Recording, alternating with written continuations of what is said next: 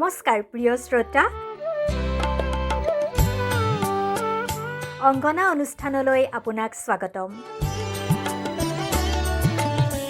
আজিৰ অনুষ্ঠান সজাই আপোনাৰ কাষত এয়া লীনা গোস্বামী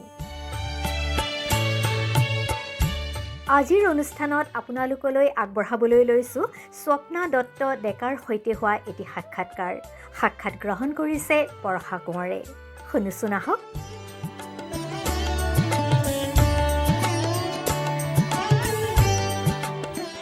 শ্ৰোতাসকললৈ নমস্কাৰ জনাইছোঁ আৰু আৰম্ভ কৰিবলৈ লৈছোঁ আজিৰ অনুষ্ঠান প্ৰিয় শ্ৰোতা ইতিমধ্যে আপুনি অৱগত হৈছে যে আজি আমি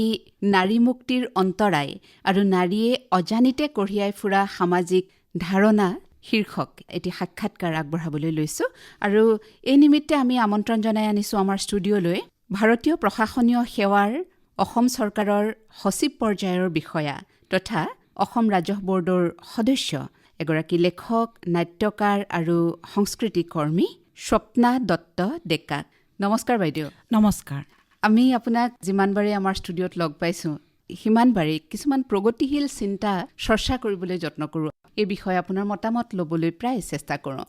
আজিও তাৰ ব্যতিক্ৰম হোৱা নাই বিষয়ে সেয়া কৈছেই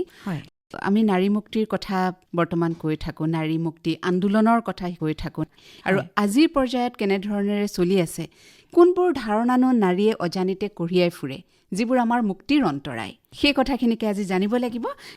এগৰাকী নাৰী যেতিয়ালৈকে পিতৃগৃহত থাকে ছোৱালী হৈ তেতিয়ালৈকে সকলোখিনি যেন সমান যদিও অকণমান আৰম্ভণিতেই আমাৰ এটা ল'ৰা ছোৱালীৰ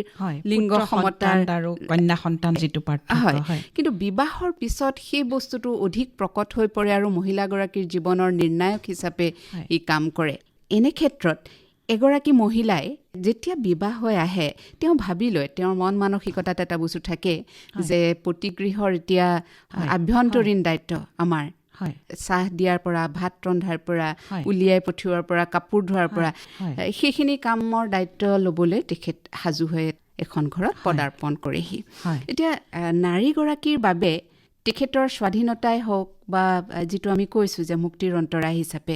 তেওঁ কেনেধৰণে আহিব লাগে কেনেকুৱা মানসিকতা হোৱা অনুচিত আৰু কি হৈ আছে আপুনি অকণমান আৰম্ভণিতে এইখিনি কথা হয় নিশ্চয় আজি যিটো বিষয় লোৱা হৈছে এইটো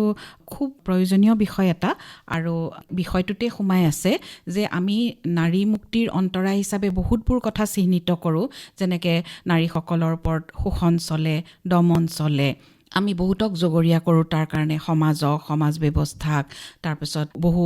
পুৰুষৰ মাজৰ বহু পুৰুষক আৰু বহু সময়ত বহু নাৰীকো বিভিন্ন স্থানত থকা কৰ্মক্ষেত্ৰতো হ'ব পাৰে ঘৰতো হ'ব পাৰে এনেদৰে আমি সদায় অন্তৰায়সমূহ বাহ্যিকভাৱে যিখিনি আমি দেখি থাকোঁ তাৰ ওপৰত ভিত্তি কৰি আমি অন্তৰায়সমূহ চিহ্নিত কৰোঁ সেইখিনিতো নিশ্চয়কৈ হয় অন্তৰায় সেইখিনি কথাত অকণো অসত্য নাই কিন্তু আমি নাৰীসকলে নিজেই কিছুমান এনেকুৱা মানসিকতা আমাৰ গঢ় লয় তাতো বহুত কথা জড়িত আছে কিয় গঢ় লয় তথাপি আমি সেই প্ৰতিপাল কৰি ৰাখোঁ সেই মানসিকতাক আৰু যিবোৰে আচলতে আমাৰেই মুক্তিৰ পথৰ অন্তৰায় হৈছে আমি নিজেই নিজৰ অন্তৰায় হৈছোঁ আমি নিজেই নিজৰ প্ৰতিবন্ধক হৈছোঁ আৰু যিহেতু বিবাহৰ পাছৰ পৰা আমি বিষয়টো এতিয়া আৰম্ভ কৰিছোঁ গতিকে মই সেইখিনিৰ পৰাই ক'বলৈ বিচাৰোঁ প্ৰথমতে এতিয়া বিবাহটো চাব গ'লে এটা হ'ল দুজন মানুহ একলগ হৈ জীৱন হয় এটা যাত্ৰা গতিকে দুয়োজন মানুহৰ জীৱনলৈ পৰিৱৰ্তন আহিব লাগে কাৰণ পুৰুষজনো এজন পুত্ৰ আছিল ইমান দিনে ছোৱালীগৰাকীও এগৰাকী কন্যা আছিল কাৰোবাৰ ঘৰত কিন্তু দেখা যায় যে নাৰীগৰাকীৰ জীৱনলৈ যি ধৰণৰ পৰিৱৰ্তন আহে পুৰুষজনৰ জীৱনলৈ সেই ধৰণে নাহে কাৰণ আমাৰ পিতৃতান্ত্ৰিক ব্যৱস্থাত পুৰুষজন নিজৰ ঘৰতেই থাকে ঘৰৰে পুত্ৰ যেনেদৰে আছিলে তেনেদৰেই তেওঁৰ সামাজিক অৱস্থানটো থাকে কিন্তু নাৰীগৰাকীয়ে নিজৰ ঘৰখনো এৰি আহে বা লগতে নতুন মানসিকতা এটাৰে আহে যে মই এইখন ঘৰ মোৰ নিজৰ হ'ল সেইটো ভাল কথা নিজৰ হ'ল কিন্তু লগতে হৈ গ'ল যে মই ইয়াৰ মোৰ দায়িত্ব এতিয়াৰ পৰা মোৰ এতিয়া কথা হৈ গ'ল যে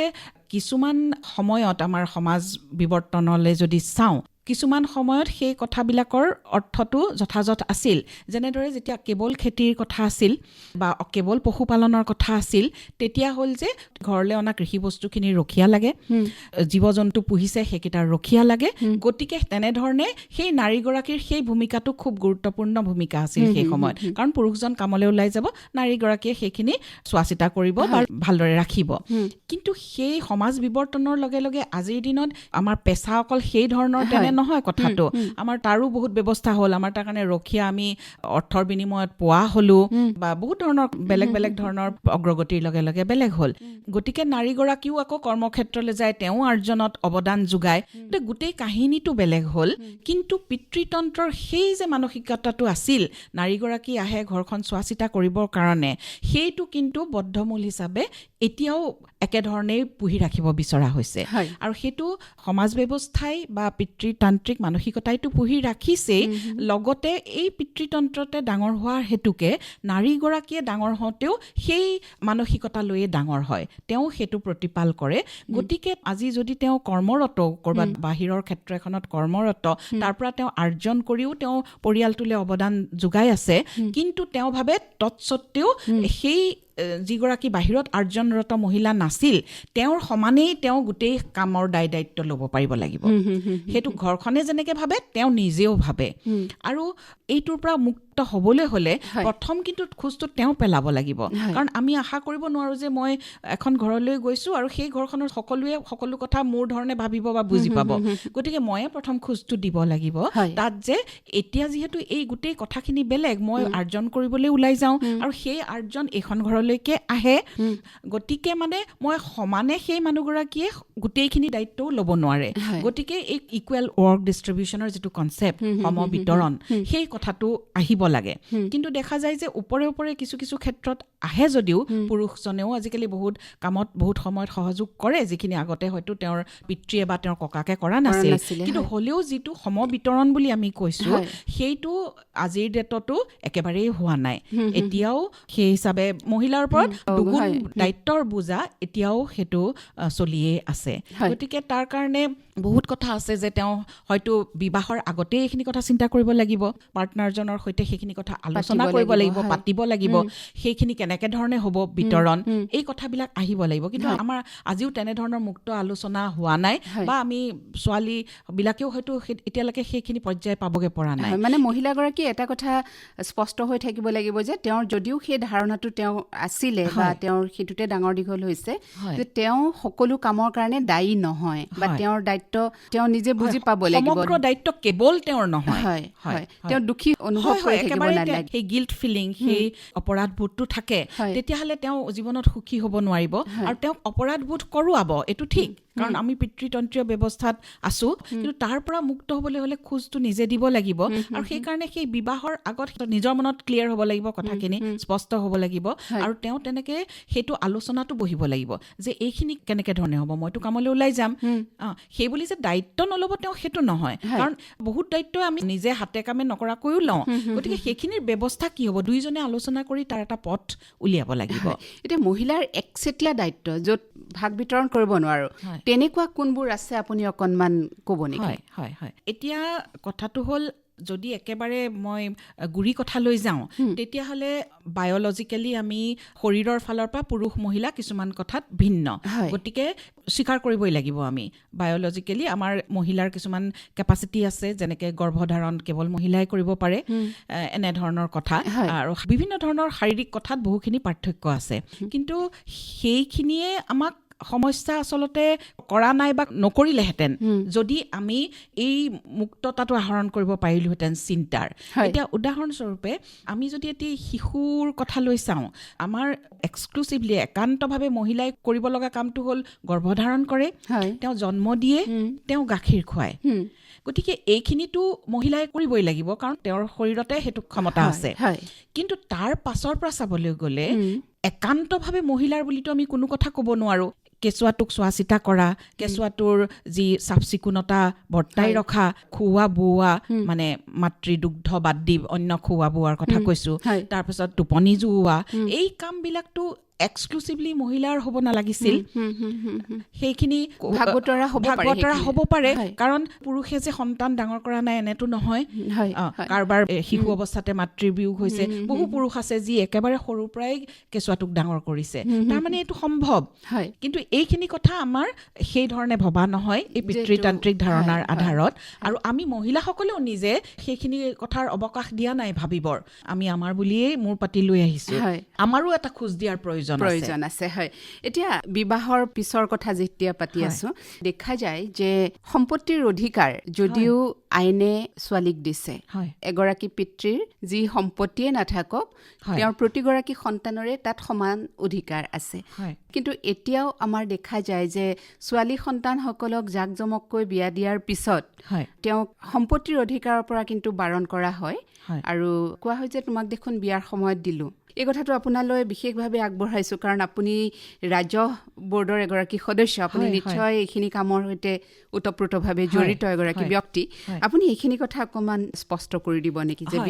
বিবাহৰ ধৰণ সম্পত্তিৰ অধিকাৰ আৰু আমাৰ মানসিকতা এই গোটেইবোৰ কেনেকৈ সম্পৰ্কিত হয় হয় নিশ্চয় এইটো অতিকে গুৰুত্বপূৰ্ণ প্ৰশ্ন যিহেতু মই অসম ৰাজহ বৰ্ডৰ সদস্য হিচাপে বৰ্তমান আছোঁ গতিকে এনেকুৱা ধৰণৰ আপিল আমি পায়ে থাকোঁ য'ত কন্যা সন্তানগৰাকীক সম্পত্তিৰ পৰা বঞ্চিত কৰা হৈছে এতিয়া কথা হ'ল আমাক হিন্দু আৰু অন্য ধৰ্মৰ ক্ষেত্ৰতো ইছলাম ধৰ্মৰ ক্ষেত্ৰতো আইনে সম্পত্তিৰ অধিকাৰ ছোৱালীক দিছে হিন্দু আইনৰ ক্ষেত্ৰত সমান অধিকাৰ আৰু ইছলাম ধৰ্মৰ আইনৰ ক্ষেত্ৰত তাৰ অংকটো অকণমান বেলেগ কিন্তু অধিকাৰ আছে তেওঁলোকৰো এতিয়া কথা হ'ল যে এই অধিকাৰটো আমি সাব্যস্ত কৰিছোঁ নে নাই প্ৰথম কথা হ'ল যে আমি ট্ৰেডিশ্যনেলি পৰম্পৰাগতভাৱে আমাৰ পিতৃতান্ত্ৰিক ধাৰণাৰে সম্পত্তিৰ অধিকাৰ ল'ৰাৰ সেইকাৰণেতো ল'ৰা সন্তানৰ প্ৰতি আগ্ৰহটো ইমান বেছি যে সম্পত্তিখিনি ঘৰতে থাকিব এতিয়া কথা হৈ গ'ল যে আইনে যিহেতু আমাক সমান অধিকাৰ দিছে সম্পত্তিৰ ক্ষেত্ৰত ছোৱালীগৰাকীক তেতিয়াহ'লে কেনেদৰে বঞ্চিত হ'ল তেওঁতো হ'ব নালাগিছিলে ল'ৰা ছোৱালী যদি সমান অধিকাৰ এইটো ক্ষেত্ৰত দেখা যায় যে ছোৱালীগৰাকীৰ বিয়াৰ ক্ষেত্ৰত ছোৱালীগৰাকীক কিছুমান সোণৰ গহনা দিয়া হয় তাৰ পাছত পাটৰ কাপোৰ দিয়া হয় তাৰ পাছত কিছুমান দৈনন্দিন ব্যৱহাৰৰ আচবাব পত্ৰ দিয়া হয় ফাৰ্নিচাৰ দিয়া হয় আৰু ছোৱালীজনীও সেয়া আনন্দে গ্ৰহণ কৰে সেইখিনি তেওঁ গ্ৰহণ কৰে আৰু নিজৰ সামৰ্থ্য অনুসৰি কোনো ক্ষেত্ৰত যথেষ্ট ব্যয়বহুল বিবাহ উৎসৱ উদযাপন কৰা হয় গতিকে এই যিখিনি খৰচ ছোৱালীগৰাকীৰ সৈতে সেইখিনিয়ে এই সম্পত্তিৰ অংশ বুলি ধৰি লোৱা হয় যে সেইখিনি তেওঁক দিয়া হৈছে ছোৱালীগৰাকীক কোৱা হয় যে তোমাৰ বিয়াতেতো এইখিনি খৰচ কৰিছোঁ ইমানখিনি এতিয়া কথা হ'ল যে এটা সময়ত যদি চাওঁ আমি আকৌ মই পুৰণি কাললৈ ঘূৰি গৈছোঁ এটা সময়ত হয় সোণৰ গহনা কেইপটমান আমাৰ নিৰাপত্তা দিব পৰা বস্তু আছিল এটা সময়ত যে সেইখিনিকে লৈ তেওঁ নিৰাপদ বুলি ভাবিব পাৰে বিপদৰ সময়ত সেইখিনিৰ বিনিময়তে তেওঁ কিবা এটা কৰিব পাৰিব জীৱন ৰক্ষা কাৰোবাৰ কৰিব পাৰিব কিন্তু এতিয়া পৰিৱৰ্তিত পৰিস্থিতিত দেখা যায় যে সেই সোণৰ গহনাখিনিয়ে তেওঁক নিৰাপত্তা দিব বুলি ভবাটো বৰ শুদ্ধ কথা নহয় সামান্য সোণৰ গহনাই আৰু সেই ঘৰখনো যিখন ঘৰলৈ বিবাহ হৈ গৈছে তাতো নিৰাপত্তা সদায় নিশ্চিত নহয় যে তেওঁ তাতে নিৰাপদ হ'ব আমি ঘটনা দেখিয়ে আছোঁ বিভিন্ন ধৰণৰ সকলো ক্ষেত্ৰতে নহয় কিন্তু বহুতৰ ক্ষেত্ৰত তেনেকুৱাও ঘটনা ঘটিছে তেনেকুৱা ক্ষেত্ৰত কথা হ'ল সম্পত্তিৰ অধিকাৰ যদিহে আমাৰ এই বিয়াৰ আচবাব পত্ৰ আৰু সামান্য সম্পদৰ কাৰণে হৰণ কৰা হৈছে সেইখিনি আমি নাকচ কৰিব পৰাৰ আমাৰ সাহ লাগিব কাৰণ বিয়ানো কি বিয়া হ'ল দুজন মানুহ একলগ হোৱাৰ এটা সামাজিক অনুষ্ঠান আৰু এখন আইনী কথা থাকে গতিকে আইনী ব্যৱস্থাৰেতো আমি ৰেজিষ্ট্ৰেশ্যন কৰিবই লাগে বিবাহত সাংঘাতিক খৰচী কাৰবাৰ একো নহয় সেইটো আৰু দ্বিতীয়তে হ'ল আমি সামাজিক কৰিবৰ কাৰণে আমি আমাৰ লগাৰ ভাগৰ ওচৰ চুবুৰীয়া আপোন পৰিয়ালক আমি চাহ একাপ খুৱাব লাগে গতিকে সেইটো একো সাংঘাতিক খৰচৰ কথা নাই গতিকে আমি সেই ধৰণে যদি সীমাবদ্ধ থাকি ইয়াক আমাৰ সামাজিক অৱস্থান দেখুওৱাৰ আহিলা হিচাপে নলৈ আমি যদি তাৰ পৰিৱৰ্তে আমাৰ যি অধিকাৰ সম্পত্তিত সেয়া আমি দাবী কৰোঁ তেতিয়াহ'লে আমাৰ বহু সমস্যাৰ সমাধান হ'ব যিহেতু নাৰী এগৰাকীয়ে যেতিয়া বিবাহৰ পাছত কিবা নিৰাপত্তাৰ সমস্যাত পৰিছে বা তেওঁৰ সংসাৰখন খেলি মেলি হৈছে তেওঁৰ জীৱনটোত ক্ষতি হৈছে তেনেকুৱা ক্ষেত্ৰত তেওঁৰ যদি নিজৰ ঘৰখনত এটুকুৰা ঠাই থাকে তেওঁৰ নিজৰ বুলি তেতিয়াহ'লে তেওঁৰ এনেকুৱা ধৰণৰ বিপৰ্যয় হ'লে তেওঁৰ ঘূৰি আহিবলৈ এটা ঠাই আছে তেওঁৰ সন্তানক সৈতেও আহিব পাৰিব তেওঁ তাত নিজৰ ঠাইত আৰু তাৰপাছত তেওঁ চিন্তা কৰিব পাৰিব তেওঁৰ জীৱন পথ তেওঁ কেনেকৈ আগবঢ়াব তেওঁ যে ভাতৃৰ ওপৰত বোজা হ'বহি এইটোও নহয় বা পিতৃ মাতৃৰ ওপৰত বুজা হ'বহি এইটোও নহয় এডাল্ট অৱস্থাৰ পাছত তেওঁ নিজৰ দায়িত্ব নিজেই ল'ব পাৰিব লাগিব গতিকে এইখিনি চিন্তা কৰিবলৈ সকাহ ল'বলৈ হ'লেও তেওঁৰ মূৰৰ ওপৰত এখন চালি লাগিব গতিকে মই ভাবোঁ যে এই বিবাহত দিয়া বস্তু কেইপদৰ নামত যি আমি সম্পত্তিৰ দাবী কৰা নাই সেইটোৰ সলনি হ'ব লাগে আৰু আমি আমাৰ সম্পত্তিৰ দাবী তুলিব লাগে মানে যিটো নিয়ম আছিল যে আমাৰ অধিকাৰ প্ৰতিগৰাকী সন্তানৰ বাবে সম সেই কথাটোতে আমি টিকি থাকিব লাগে অস্থাৱৰ সম্পত্তিৰ মোহত ভুল গৈ আমাৰ নিজৰ অধিকাৰটো আমি বৰ্জন কৰিব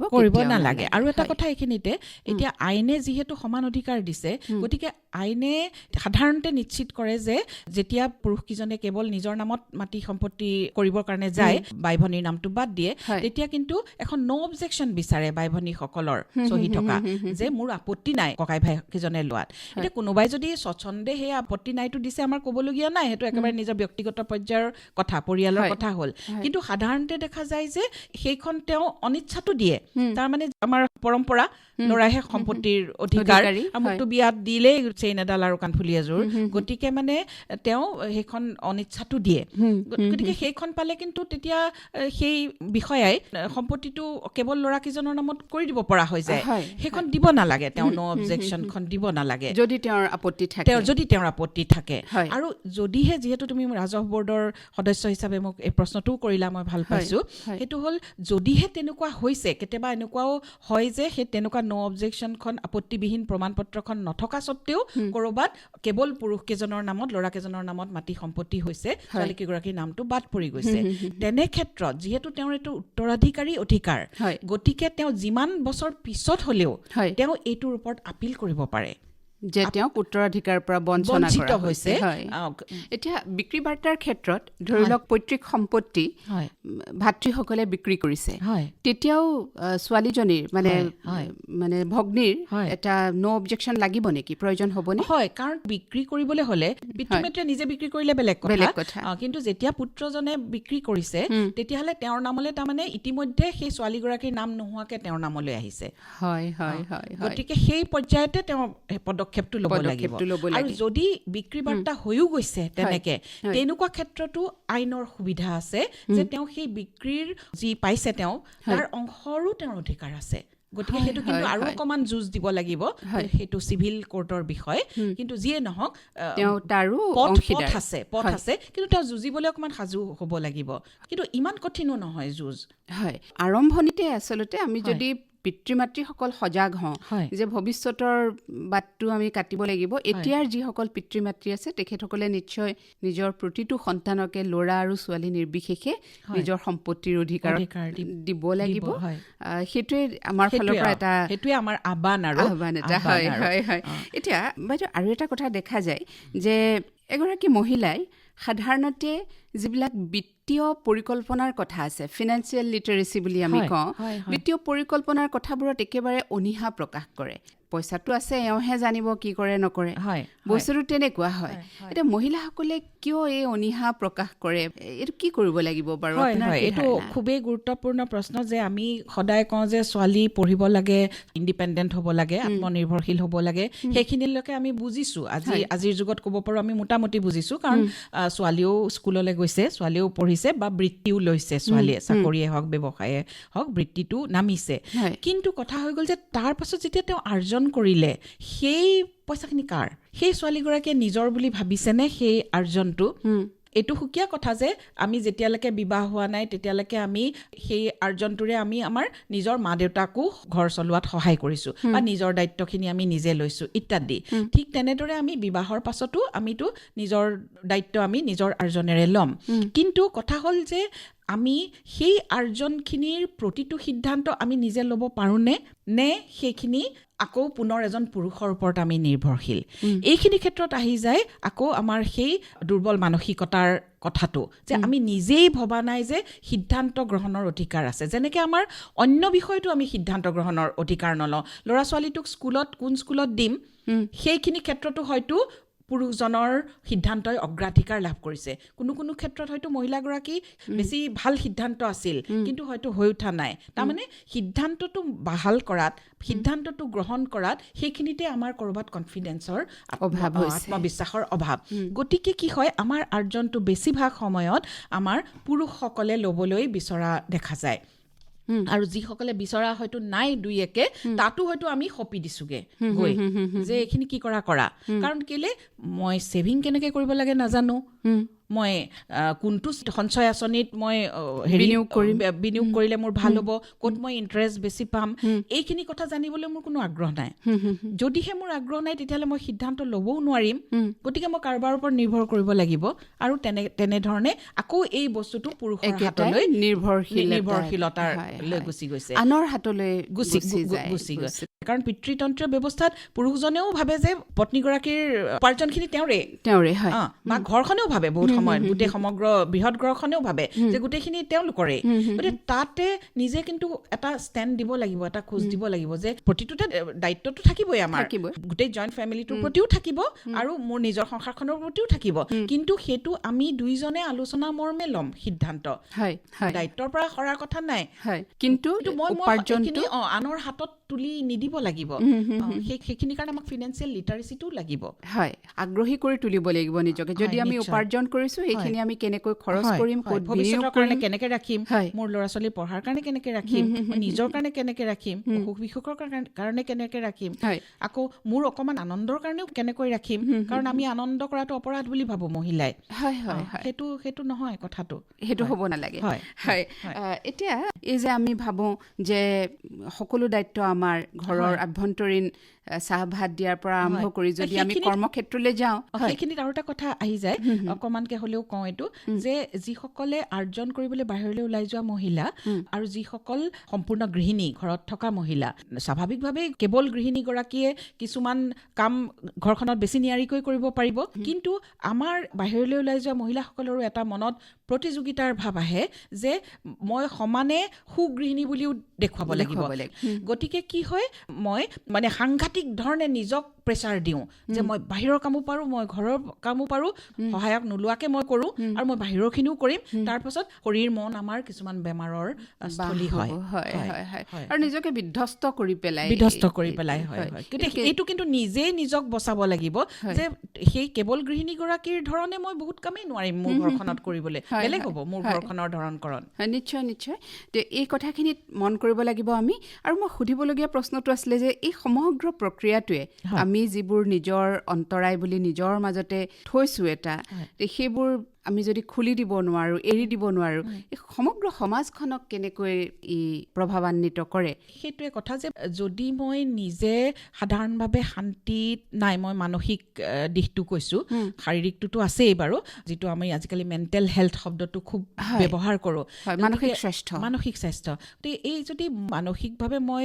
সাধাৰণভাৱে সুখী নহয় সুখী কনচেপ্টটোৱে আমাৰ কিছুমান বেলেগ ধাৰণালৈ লৈ যায় মই সেই ধৰণৰ কথা কোৱা নাই সাধাৰণভাৱে মই যদি সুখ শান্তিত অৱস্থান কৰা নাই তেতিয়াহ'লে মই মোৰ ঘৰখনক কেনেকৈ সুখ শান্তিত ৰাখিম যিটো আমি ভাবোঁ যে মহিলাগৰাকীয়ে ঘৰখনক সুখ শান্তিত ৰাখিব লাগে গতিকে মোৰ সন্তানক মই কেনেকৈ সুখ শান্তিত ৰাখিম শৰীৰটো মোৰ বেমাৰৰ বাহ কৰি লৈছোঁ মই বিভিন্ন ধৰণে নিজেই কিছুমান প্ৰতিযোগিতাত অৱতীৰ্ণ হৈ আৰু এইটো ঠিক যে আমাক সেইটো বোধ কৰোৱাইছে সমাজে পিতৃতন্ত্ৰই কৰোৱাইছে কিন্তু আমিওতো তাত জলাঞ্জলি দিছোঁ নিজকে সেইটো আমি নিজকে চিনিয়ে পোৱা নাই গতিকে মই যদি নিজে সুখী নহয় তেতিয়াহ'লে মই ঘৰখনক কেনেকৈ সুখী কৰিম মই যদি মোৰ ঘৰখন নিয়াৰিকৈ ব্যৱস্থা কৰি ল'ব পৰা নাই মই যদি মোৰ ফাইনেন্স মোৰ আৰ্জনখিনিৰ নিয়াৰিকৈ মই গত লগাই লোৱা নাই তেতিয়াহ'লে মই কৰ্মস্থলীতনো মই কিমান মনোযোগ দিব পাৰিম মই সমাজখনত কিমান মনোযোগ দিব পাৰিম কাষৰ ঘৰৰ বিপদ এটা হ'লে মই কিমান নিজক নিয়োজিত কৰিব পাৰিম গতিকে গোটেইখিনি কথা জড়িত হৈ আছে মই ব্যক্তি হিচাপে মই নিজে সাধাৰণভাৱে সুখ শান্তিত থাকিব লাগিব তেতিয়াহে মই সকলোৰে প্ৰতি ভূমিকা কৰাৰ কথা আহিব সেই ঠিক এটা আমাৰ প্ৰবচন আছে নাৰীয়ে নাৰীৰ শত্ৰু এই কথাটো সম্পৰ্কে আপোনাৰ পৰা দুআষাৰ শুনিবলৈ হয় এইটো হ'ল ওপৰে ওপৰে চালে বহু সময়ত হয় কাৰণ দেখা যায় যে কেতিয়াবা এই বোলে কোনোবা এগৰাকী বোৱাৰীক জ্বলালে কোনে মুখ্য ভূমিকাত আছিলে শাহুৱেকে বা নন্দেকে এনেকুৱা ধৰণৰ আমাৰ বহু আমি দেখি থাকো ঘটনা গতিকে তেনেকুৱা ধৰণৰ ওপৰত ভিত্তি কৰি বা মহিলাগৰাকীক ক'বালে ওলাই যোৱাত কোনে বাধা দিছে শাহু এগৰাকীয়ে নাযাবি বুলি কৈছে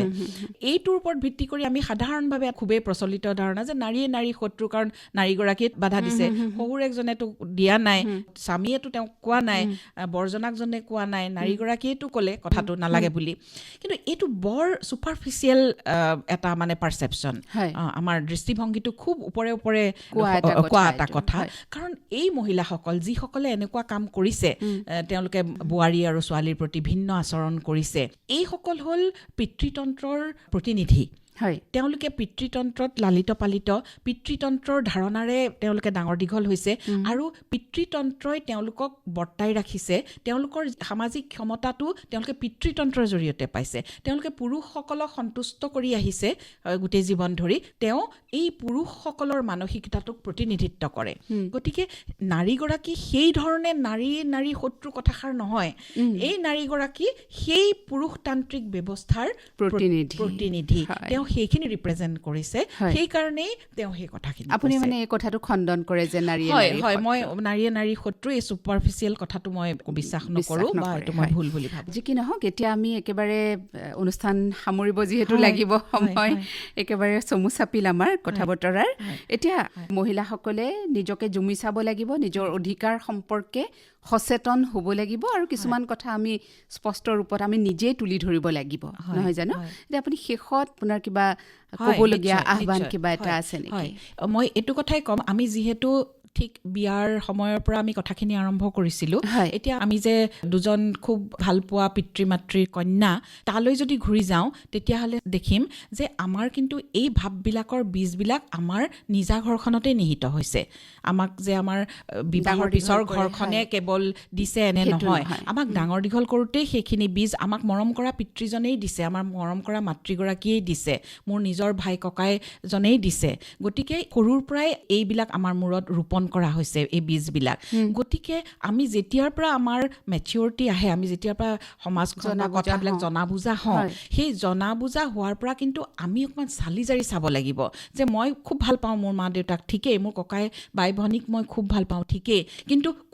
কোনখিনিত তেওঁলোকে মোক এইবিলাক ৰোপণ কৰিছে প্ৰশ্নটো যদি আমি অলপ ইয়াং এজৰ পৰা নিজক কৰোঁ তেতিয়াহ'লে আমাৰ কিন্তু লাহে লাহে চকু মুকলি হ'ব যে এইবিলাক বীজ তাতে নিহিত আছে আৰু এইবিলাকে আমাৰ এই মানসিকতাবিলাক গঢ় দিছে বা চৌপাশেই গঢ় দিছে ই অকল মহিলাকে যে ক্ষতিগ্ৰস্ত কৰিছে এয়াও নহয় আমাৰ সমাজখনৰ কাৰণে পুৰুষসকলক আমি কেনেদৰে ডাঙৰ দীঘল কৰিছোঁ খুবেই গুৰুত্বপূৰ্ণ যদিও আমি খুব বাহ্যিকভাৱে ওপৰে ওপৰে চালে দেখা পাওঁ যে পুৰুষসকল ইণ্ডিপেণ্ডেণ্ট খুব স্বাৱলম্বী আমি দেখোঁ কিন্তু যদি ভালকে চাওঁ দেখোঁ যে পুৰুষসকলকো নিৰ্ভৰশীল কৰি ডাঙৰ কৰে মাক দেউতাকে এই ব্যৱস্থাটোৱে তেতিয়াহে তেওঁলোকৰ মতে চলিব গতিকে পিতৃতন্ত্ৰত প্ৰতিজন পুৰুষ শক্তিশালী বুলিও ক'ব নোৱাৰি কাৰণ তেওঁলোকক বিভিন্ন পাক চক্ৰৰে তেওঁলোকক নিয়ন্ত্ৰণত ৰখা হয় যাতে তেওঁ পত্নীগৰাকীৰ লগত সুসম্পৰ্ক তেওঁ বন্ধুত্বপূৰ্ণ সম্পৰ্ক নহয় তেওঁৰ যাতে সদায় যাতে পিতৃ মাতৃৰ নিৰ্দেশতেই চলে এনেকুৱা ধৰণৰ বহু কথা আছে গতিকে চকু আমি মুকলি কৰিবলৈ হ'লে এইখিনি আমি অকণমান নিজৰ বিবেক বিচাৰ বুদ্ধি সক্ৰিয় কৰিব লাগিব হয় তেতিয়াহ'লে আজিৰ অনুষ্ঠানত আমি পালোঁ যে চিন্তা কৰিবলৈ শিকাটো এতিয়া আটাইতকৈ প্ৰয়োজনীয় কথা যুক্তিসংগত চিন্তা বিজ্ঞানসন্মত চিন্তাইহে আমাক ভৱিষ্যতৰ সঠিক পথ নিৰ্দেশনা দিব আপোনালৈ অশেষ ধন্যবাদ জ্ঞাপন কৰিলোঁ আৰু পুনৰ এনে এটি অনুষ্ঠানতে প্ৰগতিশীল চিন্তাৰ কৰ্ষণ কৰিবলৈ আপোনাক লগ পোৱাৰ আশা কৰিলোঁ হয় ময়ো আন্তৰিক ধন্যবাদ জনাইছোঁ ইমানখিনি কথা মুকলিকৈ কোৱাৰ সুযোগ দিয়াৰ বাবে নমস্কাৰ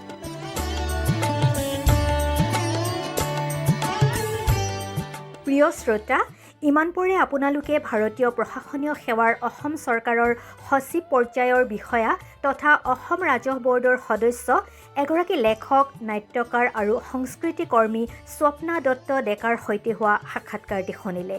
সাক্ষাৎ গ্ৰহণ কৰিলে আৰু আজিৰ অনুষ্ঠানটি প্ৰযোজনা কৰিলে বৰষা কোঁৱৰে সম্পাদনাত আছিল লীনা গোস্বামী প্ৰিয় শ্ৰোতা পুনৰ লগ পোৱাৰ প্ৰতিশ্ৰুতিৰে আজিৰ অংগনা ইমানতে সামৰি বিদায় লৈছোঁ নমস্কাৰ